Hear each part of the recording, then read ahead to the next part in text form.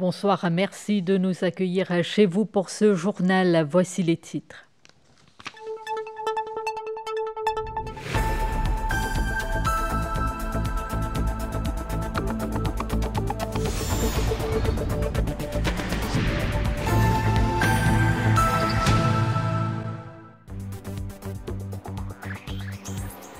L'actualité météo de ce début de semaine, c'est Becky. Le cyclone, quoique affaibli, se rapproche de Rodrigue.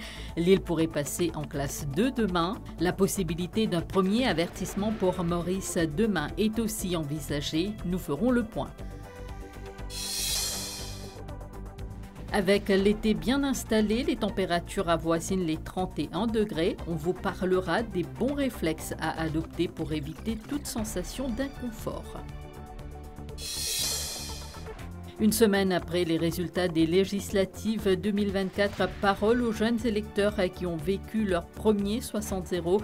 Ils sont porteurs d'une volonté de favoriser une société où le progrès rime avec l'équité. Et puis à l'étranger, un comité spécial de l'ONU estime que les méthodes employées par Israël dans la bande de Gaza correspondent aux caractéristiques d'un génocide.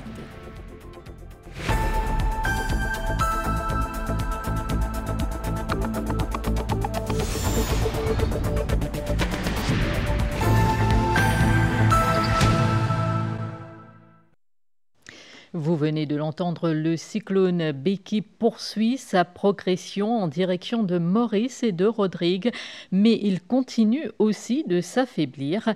S'il maintient cette trajectoire, les services météo envisagent d'émettre un avertissement de cyclone de classe 1 à Maurice demain matin, alors que Rodrigue pourrait passer en classe 2. Ashminta Bantu nous donne les détails.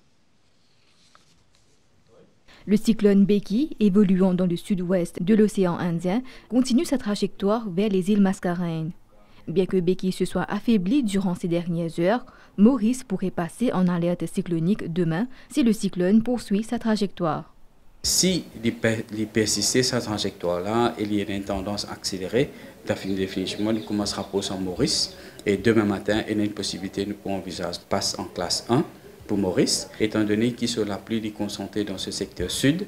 Donc, s'il peut passer au sud de Maurice, ne pas gagner tellement la pluie. Mais s'il vous passe un petit peu le nord de Maurice, là, nous attendons un peu la pluie. Mercredi, jeudi, mais tout dépend de sa position et comment il peut bouger. Rodrigue, depuis ce matin, est placé en alerte cyclonique. Suivant l'évolution du cyclone, Rodrigue pourrait passer en alerte 2 selon la station météo de Vakwa. Ces derniers temps-là, nous trouvons qu'il y a encore un cyclone tropical. Et à 16h cet après-midi, il tient environ 630 km l'est-nord-est de Rodrigue. Et l'IP bouge dans une direction du sud-ouest à environ 8 km par heure. Le cette trajectoire-là, bien sûr, il peut continuer rapproche au Rodrigue. C'est à cause de ça qu'il nous maintenir classe N pour l'instant. Mais au fur et à mesure, ce divan aussi peut commencer à augmenter. Nous pouvons atteindre une rafale qui arrive jusqu'à 80 km par heure dans certaines régions. Il est important de retenir que Becky, au fur et à mesure, il peut rapprocher davantage des Mascareignes, il peut affaiblir en même temps. Donc, nous gagnons une indication demain matin comment il peut évoluer. Et il y a une possibilité que nous pouvons envisager passe en classe 2 demain matin pour Rodrigue. Ce système dépressionnaire pourrait entraîner des rafales de 80 km par heure, accompagnées de pluie. La station météo de Vakwa surveille la situation de près. La prudence est de mise et les sorties en mer sont déconseillées. Le niveau 1 du Rodrigues Emergency Operations Command a été activé. Le comité de crise présidé par le chef commissaire François Grandcourt s'est réuni à l'administration centrale à Port-Maturin aujourd'hui. Objectif, passer en revue le rôle et le déploiement des différents partenaires, les logistiques disponibles et aussi l'état des centres de refuge. Le compte-rendu de Cathy Auguste. Le chef-commissaire François Grandcourt, les représentants de différentes commissions, du CEB, de la police et de la MBC et plusieurs autres partenaires du Crisis Committee se sont réunis pour passer en revue la situation après que Rodrigue est passé en alerte 1. Il est prévu que Becky passe au nord de Rodrigue ce mardi. Le vent se renforcera davantage. Une réunion a été organisée le 15 novembre dernier pour redéfinir le rôle et les responsabilités de chaque partenaire avant, pendant et après le passage d'un cyclone. Nous avons fait un meeting avec tous les stakeholders concernés le 15 novembre au centre du Rodrigue Disaster Risk Reduction Management Center à Montplaisir. Nous comme je dirais, redéfinir le rôle et responsabilité de tous les stakeholders qui peuvent involver quand il y a un cyclone. Le chef commissaire souligne l'importance de bien se préparer avec les autres parties prenantes. François Grandcourt a fait un constat des logistiques disponibles et des centres de refuge. Si classe 3, ça veut dire que nous finissons avec nous protocole le véhicule blindé monté. Donc bien sûr, quand le véhicule blindé est monté, et bien sûr, vous savez, ça existe dans emergency. Dans le bâtiment gouvernement, ça ok ça. Hein? C'est pour l'eau mal. C'est un total de protocole encore une fois. Le nouveau Divisional Commander de Rodrigue, le surintendant de police Dilip Rambojan, a lui abordé le déploiement des policiers sur le terrain. Alors même que Maurice se prépare au passage de Becky, les épisodes de forte chaleur sont de plus en plus fréquents maintenant que nous sommes de plein pied en été et certaines personnes sont plus vulnérables que d'autres. Alors comment faire pour bien supporter la chaleur et réduire les risques de fatigue? Quelques conseils dans ce reportage signé Dassa Apalasormi. L'été s'est déjà installé et la chaleur se fait ressentir à travers le pays. Avec des températures au-dessus de la moyenne saisonnière, chacun cherche des solutions pour se rafraîchir. Casquette, parasol, jus glacé ou fruits frais, on a tous nos astuces pour faire face à cette montée de mercure et profiter de cette saison estivale. Bon, comme je suis moi avec casquette pour boire beaucoup d'eau. Nous pions là pour faire la bouche. Boulon trop chaud, ça allait là, du fait. Ah, boire beaucoup de l'eau, un petit parasol. Depuis 30 années, on travaille aux îles, mais tous les jours, moi là. Ça a l'air beaucoup chaud à faire. Ça l'année là, un peu plus chaud. Casquette de l'eau, parasol, ça là, déjà casquette, déjà boire beaucoup de l'eau. Mais attention à la déshydratation. Il est recommandé de boire beaucoup d'eau et de consommer des fruits et légumes, souligne cette nutritionniste. En été, on a une tendance à transpirer beaucoup. Et quand nous pouvons transpirer, nous perdons de l'eau, mais ce n'est pas que de l'eau. Hein. Alors nous perdons aussi une vitamine qui est très important pour le bon fonctionnement de l'humain. Alors c'est recommandé effectivement de garder son corps bien hydraté. Ça veut dire que nous devons boire de l'eau tout au long de la journée, mais pas que de l'eau. Alors c'est capable aussi de consommer un produit qui est très riche en vitamines. Ça peut être des fruits, ça peut être des légumes. Nous recommandons aussi des noix. Alors c'est un produit qui est très puissant en termes de valeur nutritionnelle, qui fait que ça va aider à remplacer surtout les vitamines B, qui est hydrosoluble, qu'on perd facilement comme si en perdant de l'eau. C'est recommandé de manger 4 à 5 fruits et légumes par jour, qui est équivalent à 400 à 500 grammes par jour. Mais si quelqu'un mange beaucoup de légumes, il y a suffisamment de salade, suffisamment de légumes cuits, alors la personne est parfois aussi besoin de manger 2, 3, 4 fruits par jour. Les repas ont également tendance à se gâter à cause de la chaleur. Les risques d'intoxication alimentaire sont présents. Il faut faire très attention parce que comme il fait chaud, la température augmente. Effectivement, un produit est beaucoup plus exposé à une faute température qui dit que certains microbes ne peuvent pas manifester beaucoup plus facilement. Alors nous devons faire très attention quand nous pouvons consommer. Surtout quand nous pouvons acheter aussi, nous devons be very mindful, nous devons faire attention quand nous pouvons acheter nos repas inexposés au soleil. Mais au carrément aussi, pas gain en ligne, même au carrément aussi, au carrément j'arrive par la suite, voyez, parce que nos systèmes immunitaires n'est pas pareil, chaque personne est différente, chaque personne est unique.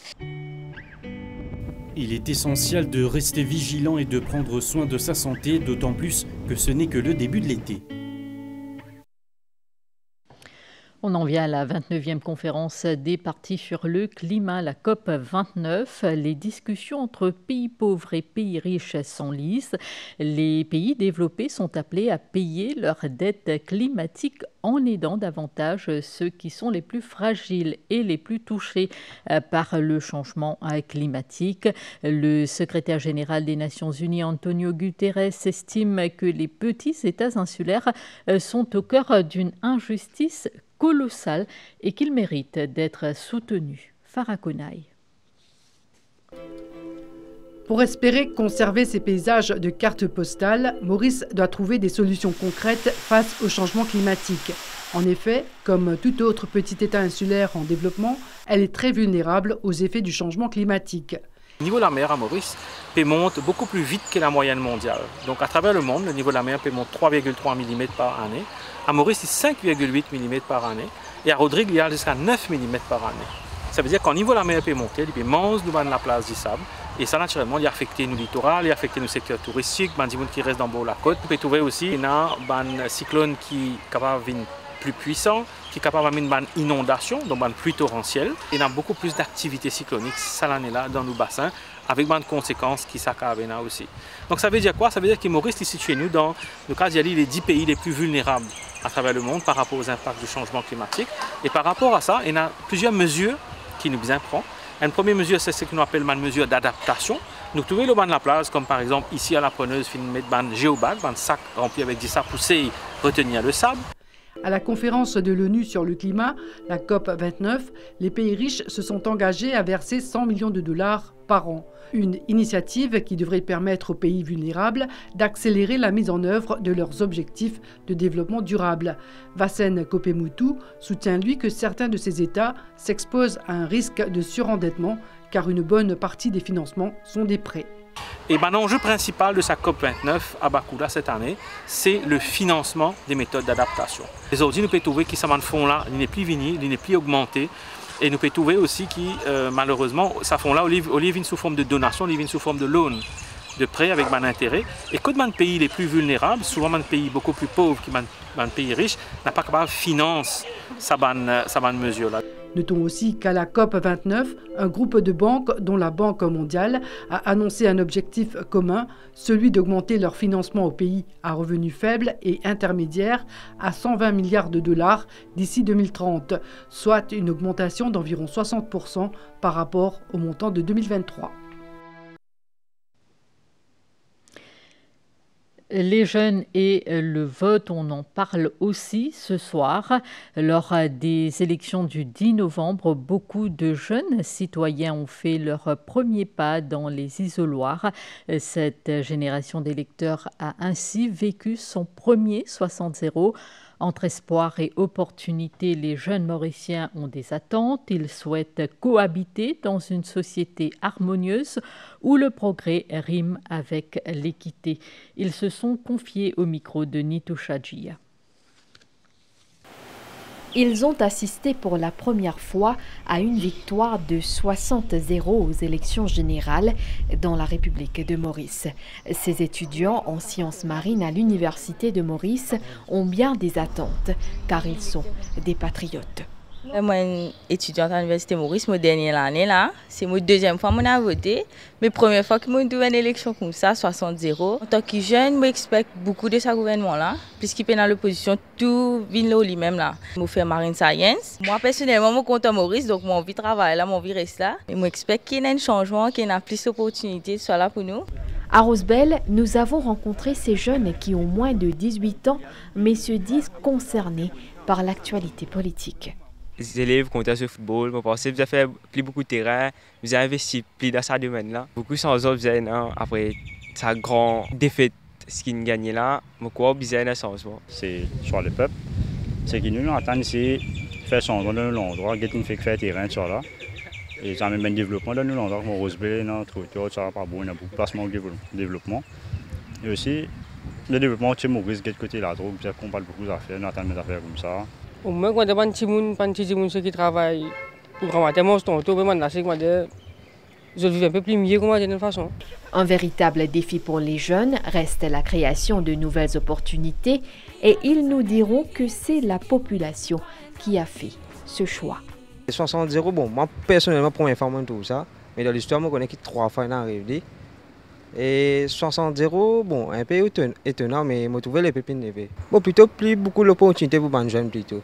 Parce que personnellement, pour moi, mon propre opinion, je trouve beaucoup de camarades qui n'ont pas assez d'opportunités pour faire des mise en vidéo, qui sont parents. Pour la jeunesse mauricienne, la victoire de l'Alliance du changement symbolise le renouveau et les jeunes ne cachent pas leurs attentes face au pouvoir.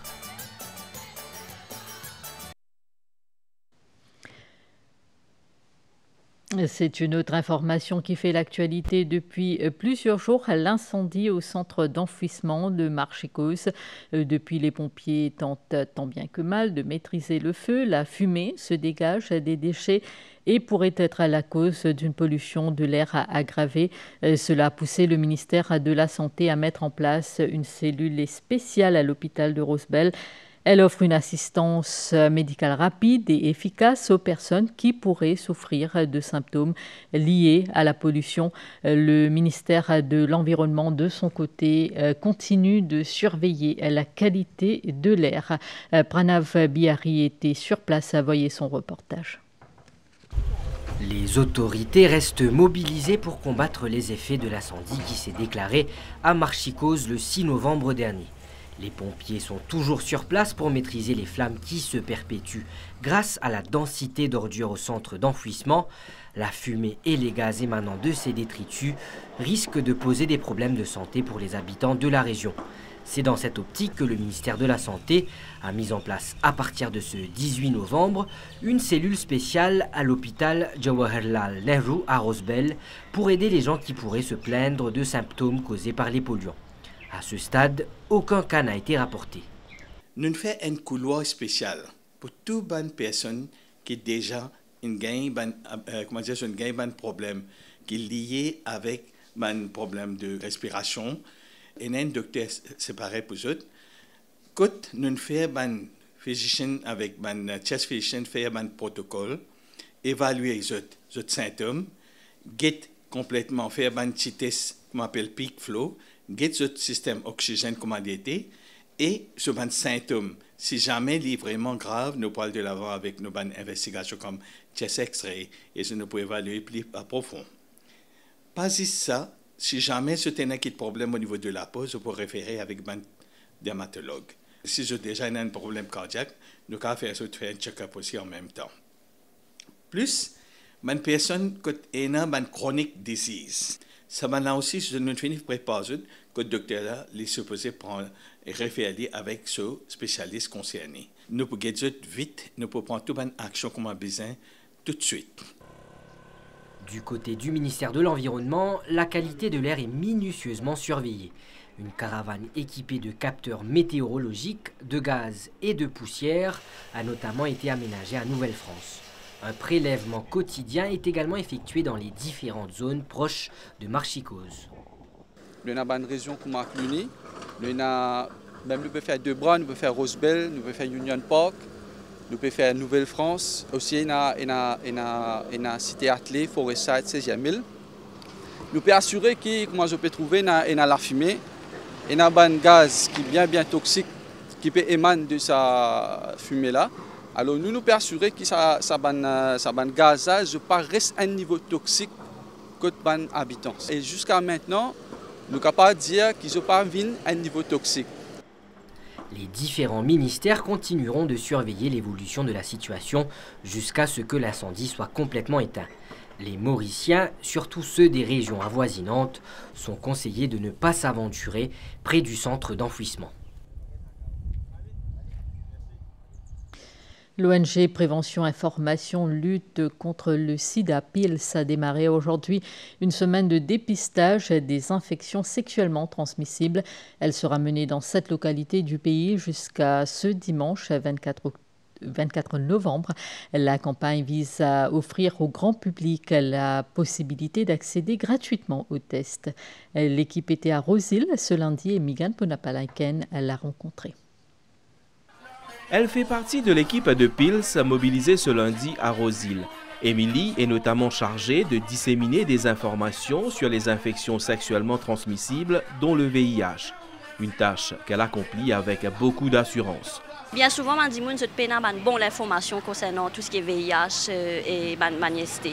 Donc c'est l'occasion justement de donner bonne information pour qu'ils soient bien informés et qu'ils connaissent qui mesures de prévention, comment est-ce qu'ils sont capables de protéger. À Maurice, il y aurait environ 14 000 personnes qui vivent avec le VIH selon l'ONG PILS et chaque année, 400 nouveaux cas sont détectés. À la place Margéo, des tests rapides pour connaître son statut sérologique sont proposés au grand public. Le dépistage nécessite qu'un échantillon de sang On a des kits tests, là-dedans c'est un combo, il y en a pour VIH et pour syphilis aussi là-dedans, c'est un combo test, et on a un test hépatite C aussi. C'est 3 tests rapides qu'ils nous veulent faire et que les autres résultats dans 15 à 20 minutes. Cette semaine de dépistage, dont c'est la 5e édition à Maurice, touchera 7 régions du pays jusqu'au dimanche 24 novembre. Elle se déroule en même temps dans une 50aine de pays. On offre le dépistage justement et ensuite un accompagnement vers l'initiation du traitement si jamais les cas sont réactifs. Et ça aussi, il y a une collaboration avec d'autres ONG sur cette semaine de dépistage, mais aussi avec le ministère de la Santé. L'ONG PILS compte réaliser environ 700 tests de dépistage au cours de cette semaine. Une réception d'adieu a eu lieu cet après-midi à Eben en l'honneur de Nandini Singla, première femme nommée haut commissaire de l'Inde à Maurice. Dans son discours, elle a évoqué plusieurs thèmes, dont le soutien de l'Inde sur le dossier Chagos ou encore les récentes élections législatives, félicitant le Premier ministre, le docteur Navin Ramgoolam. Le compte-rendu de Jalila Hassenali. Nandini Singla a été la première femme nommée haut commissaire de l'Inde à Maurice. Après 4 ans en fonction, la diplomate a tiré sa révérence en tant que telle lors d'une réception donnée à la Haute Commission de l'Inde à Eben, une rencontre marquée par la présence de nombreuses personnalités. Nandini Singla est revenue sur son parcours à Maurice, un parcours marqué par plusieurs événements. I'm very gratified that in my 4 years here, our close partnership has grown even closer. Turning to our robust development partnership, I'm very happy to tell you that we inaugurated 65 new projects in the last 4 years. For the first time, India will also be providing Mauritius 100 eco-friendly electric buses very soon as a gift.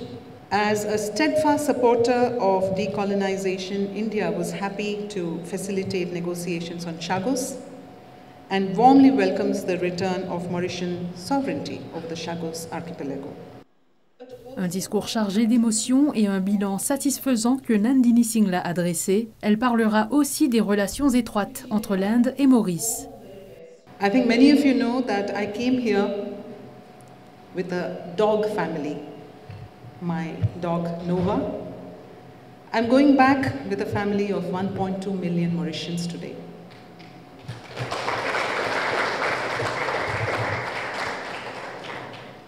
I say that from the bottom of my heart. I congratulate all Mauritians for the successful conduct of elections and the smooth transfer of power. I take the opportunity to warmly congratulate Honorable Prime Minister Navin Ramgoolam and the Alliance du Changement on their historic victory in the elections and wish the new team in government all the very best in taking Mauritius to greater heights. Retenez que Nandini Singla rentre à Delhi comme la Director General de l'Indian Council for Cultural Relations, ou ICCR. C'est Anurag Srivastav qui prendra le relais en tant que haut-commissaire de l'Inde auprès de la République de Maurice. Le diplomate devrait prendre ses fonctions prochainement.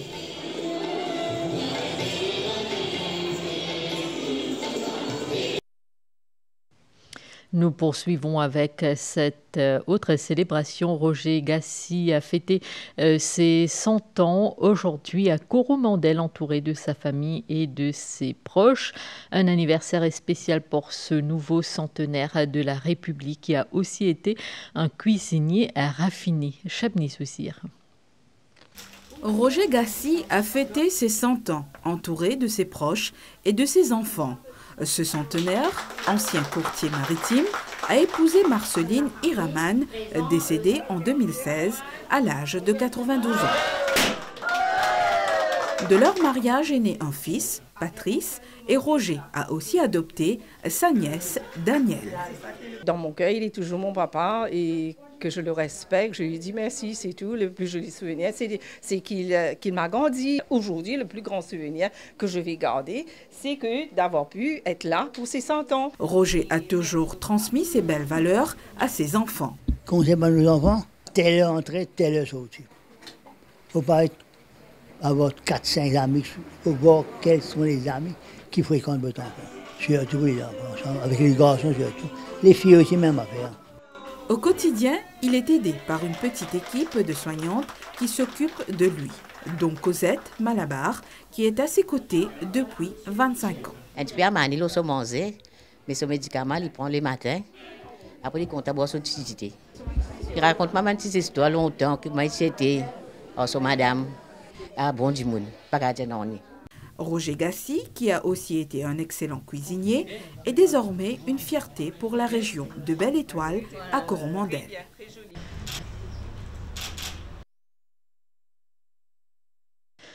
Parlons de cette ONG à présent, Autisme Maurice, ouverte aux enfants, jeunes et adultes vivant avec ce syndrome qui affecte de manière variable plusieurs aspects du développement de l'enfant. L'association célèbre cette année ses 15 ans d'existence et pour marquer l'événement, une comédie musicale aura lieu le 26 novembre prochain. Les détails ont été dévoilés à la presse ce matin à Port-Louis. Christelle Lebras. Encadrer les enfants qui sont atteints d'autisme ainsi que leurs parents et sensibiliser le public autour de cette différence neurologique, ce sont des objectifs d'Autisme Maurice. Cette ONG accueille une cinquantaine de membres dans ses 3 centres à travers le pays. 15 ans qu'Autisme Maurice existe et l'heure est à présent au bilan et à la création d'autres projets.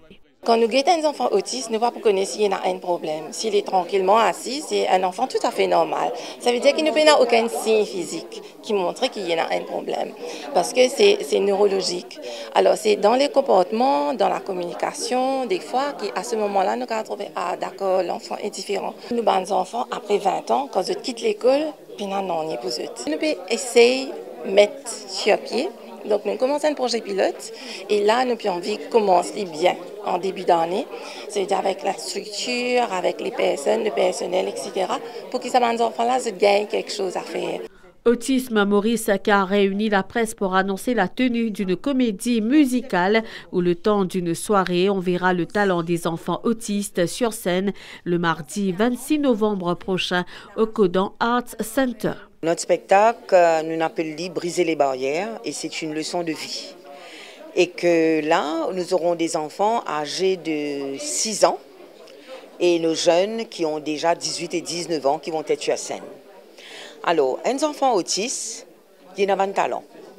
C'est un enfant intelligent, on va dire, mais qui, le cerveau n'a pas été développé comme vous et moi. Mais ça va nous enfants, ça un talent, c'est pourquoi nous décidons cette année-là qui nous faisons chanter, nous faisons danser, nous faisons être sur scène. Par ailleurs, l'association, dans le cadre de la célébration de ses 15 ans, accueillera une rencontre india-océanique, soit le pôle autisme océan Indien, en avril l'année prochaine. Et on va clore la page locale avec Rosil qui s'illumine sous les couleurs vibrantes de la palette de Yeshen Genou pour fêter ses 35 ans de carrière. L'artiste expose 35 tableaux au Plaza Boulevard, à sa façon à lui d'immortaliser l'âme culturelle et patrimoniale de la ville. L'exposition Rosil Nous la ville est à découvrir jusqu'au dimanche 24 novembre. Il y a 10 ans, Yeshen Genou avait exploré la capitale avec sa série Par lui, une histoire, rendant hommage à la richesse historique de la ville. Pour ses 35 ans de carrière, il a jeté son dévolu sur Rosil. Mais pourquoi avoir choisi cette ville cette fois-ci? On peint 35 tableaux sur Rosil. On amène un aspect côté patrimoine et culture de Rosil. Donc pour moi, Rosil marque beaucoup parce que je suis l'école Rosil. Et vous pensez qu'il y a une connexion.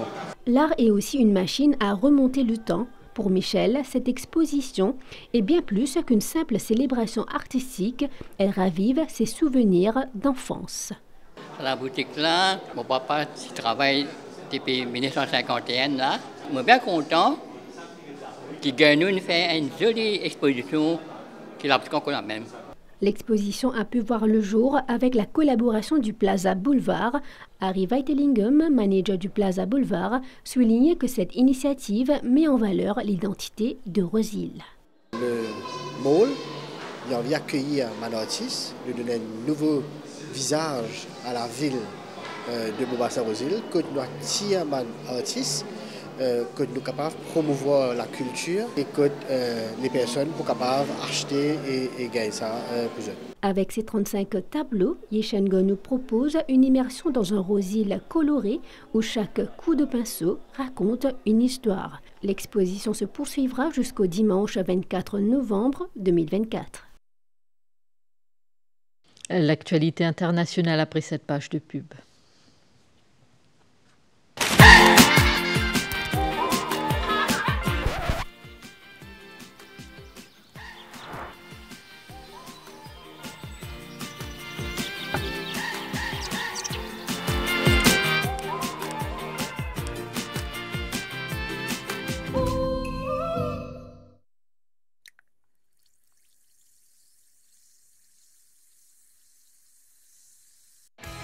Supravit, les vitamines dont tu as besoin.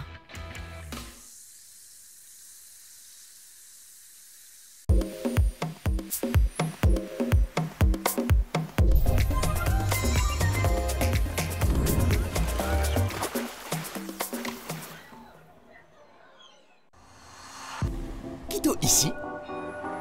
Là. Oula. Avec App Canal+, stream ton ban programme non-stop, quand tu as envie, quand tu as envie. Pas fini, tu es capable d'enjoy t'as les autres fonctionnalités comme un multi-live. Que tu gagnes jusqu'à 4 programmes live en même temps. Avec mode expert, tu gagnes info, statistiques, multicam, en temps réel. App Canal+, li inclus avec tout l'abonnement Canal+. Pena non nier pour payer en plus.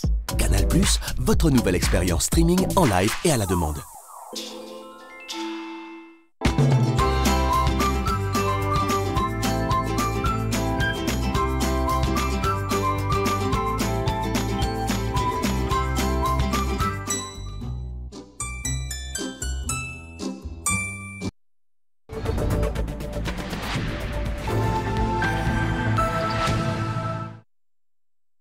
Soudan, l'épidémie de choléra continue de se propager à un rythme inquiétant.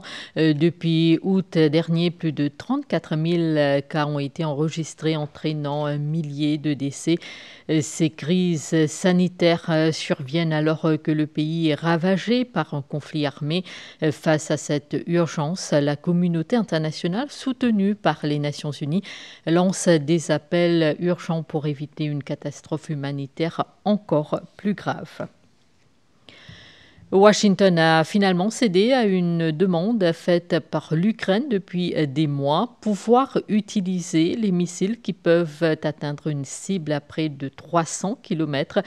L'objectif est de repousser la contre-attaque russe, forte de près de 50 000 hommes, dont 10 000 Nord-Coréens.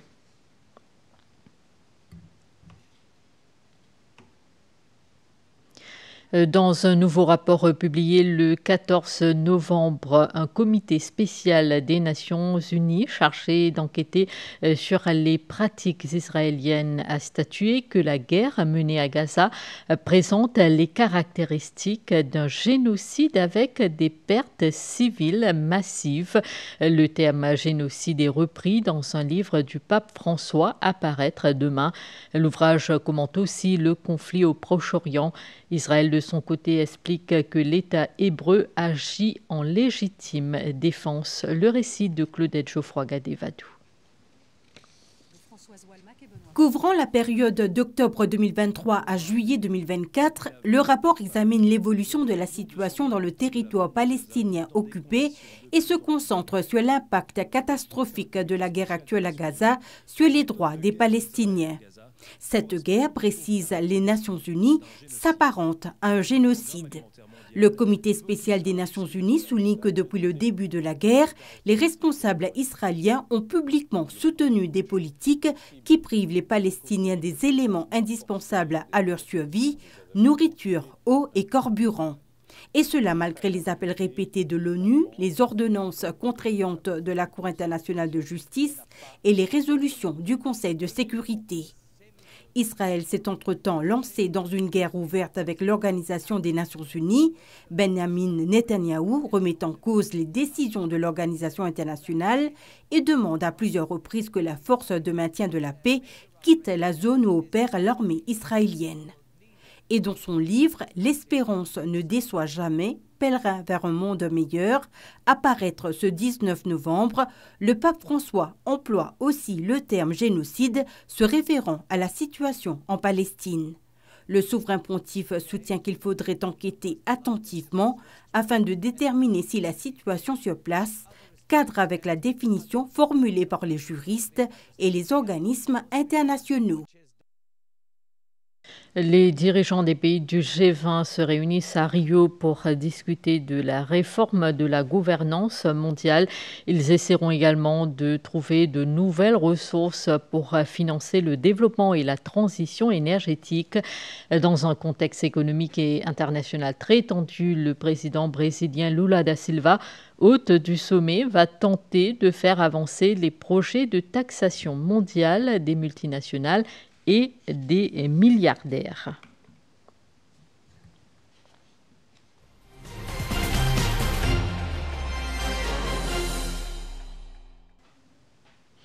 Incursion ce soir dans l'univers du Black Rose Taekwondo Club situé à Flac.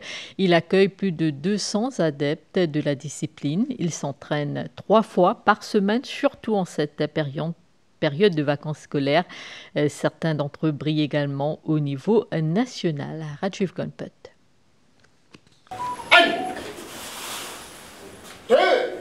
Ici, dans cette salle à Flac, les adeptes du taekwondo de tous les âges se rencontrent 3 fois par semaine. Des séances d'entraînement destinées d'abord à garder la forme et à pratiquer une activité physique. Le taekwondo, ça m'aide vraiment à me déstresser, surtout le week-end. Donc c'est vraiment une activité sportive qui m'aide à regarder la santé. Moi, je fais taekwondo depuis 3 ans. Taekwondo, c'est bien bon, c'est un sport que beaucoup de personnes doivent faire. Ça fait depuis 2023 que je pratique le taekwondo. Récemment, je passe l'examen pour faire ceinture bleue. C'est assez difficile, mais je réussis à passer. Je fais du taekwondo depuis l'école, depuis la primaire. Ça m'aide beaucoup dans mon travail, comme je suis dans la force policière. Je suis dans le taekwondo qui peut faire en décembre. Alors, je me prépare pour ça, pour que je gagne une médaille et que je faire ma famille fière de moi. Il est également question de compétition. À ce sujet, le calendrier était jusqu'ici chargé. On a déjà fait le championnat national Pumse, qui était à Côte-d'Or. Alors, il y avait plus qu'1 millier de participants. Au commencement d'année, on a fait le régional de taekwondo à Flac, 52 catégories. Dans mon école, j'avais à peu près 27-28 médailles d'or et médailles d'argent à part. Et dans le championnat national, on a eu 3 médailles d'or. D'autres sorties sont prévues d'ici la fin de l'année pour les pratiquants de cette discipline, dont une compétition à l'étranger. Le tournoi UBP National Championship a débuté le samedi 16 novembre et prendra fin le 7 décembre prochain. Lors d'un point de presse la semaine dernière, les membres de la Fédération de tennis ont donné les détails de cette compétition qui réunira 112 joueurs. Coyol Sittle. Le championnat national du tennis qui a débuté le 16 novembre va clôturer la saison 2024 de cette discipline. Ce tournoi annuel qui s'étalera sur 3 semaines avec les finales prévues le 7 décembre verra la participation d'une centaine de joueurs. Lors d'un point de presse, les membres de la fédération ont aussi souligné que l'une des priorités pour l'exercice 2024 était surtout la formation des entraîneurs. Notre priorité, c'est de remettre de l'ordre dans le coaching, parce que c'est quand même là où on gagne ou on perd le match. Hein. Là, je prétends que nous avons une très bonne équipe. On va faire de sorte de former des jeunes pour pouvoir le donner de compétition. Ouais, Marine domine le tennis féminin depuis longtemps maintenant, et Bazou également de son côté. Mais il y a des jeunes qui arrivent, surtout côté masculin. Il y a des jeunes entre 13 et 16, 17 ans, qui promettent beaucoup. D'ailleurs, on les a vus au tournoi de Coupe Davis, là, ils se sont Ils se sont bien débrouillés, je compte beaucoup sur eux. En 2025, l'accent sera mis sur la création d'opportunités pour les joueurs de participer à des tournois à l'étranger afin de mieux progresser. Pour que nos jeunes acquièrent l'expérience, il nous faut faire nos jeunes voyager. Il nous faut.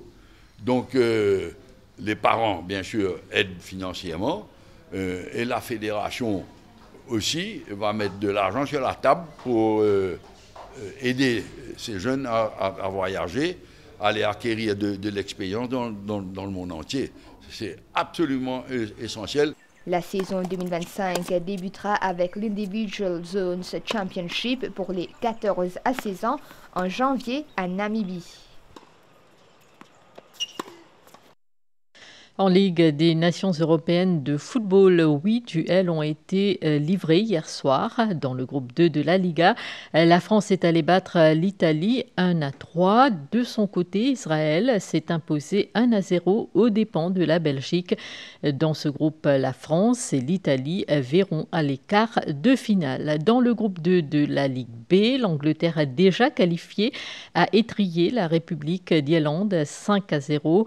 Dans le groupe 3, notez notamment le carton de la Norvège 5-0 contre le Kazakhstan. Au classement final, la Norvège termine à la première place et ira en Ligue A. Et puis dans le groupe 4 de la Ligue C, la Macédoine du Nord invaincue a battu les îles Féroé 1-0. Ce soir, retenez que dans la Ligue A, à 23h45, la Croatie affrontera le Portugal et que l'Espagne sera opposée à la Suisse. Nous passons aux nouvelles du temps.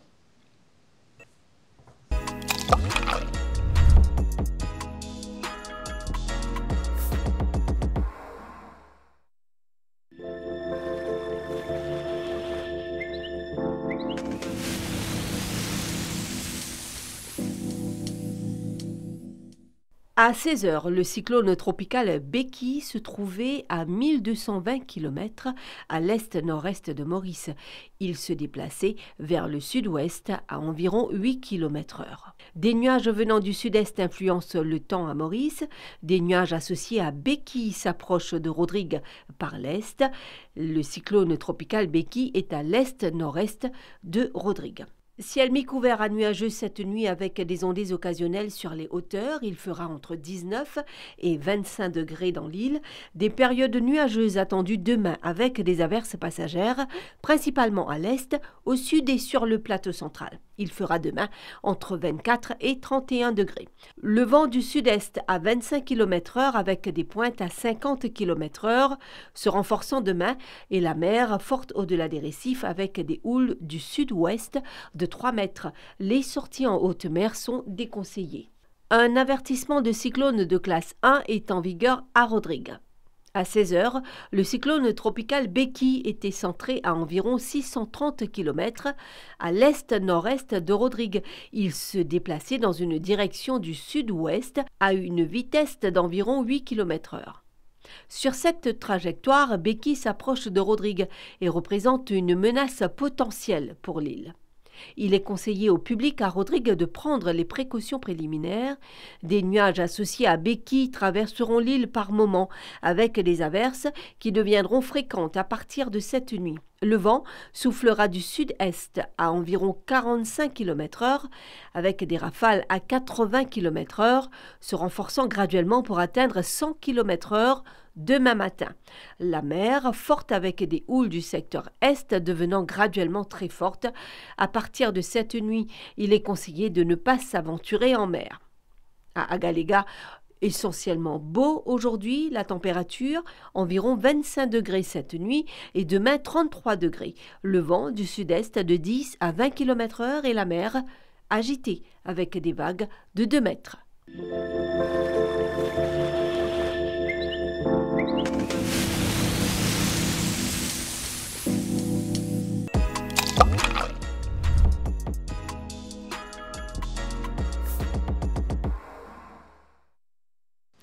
C'est la fin de cette édition. Je vous remercie de votre attention et je vous souhaite une bonne soirée.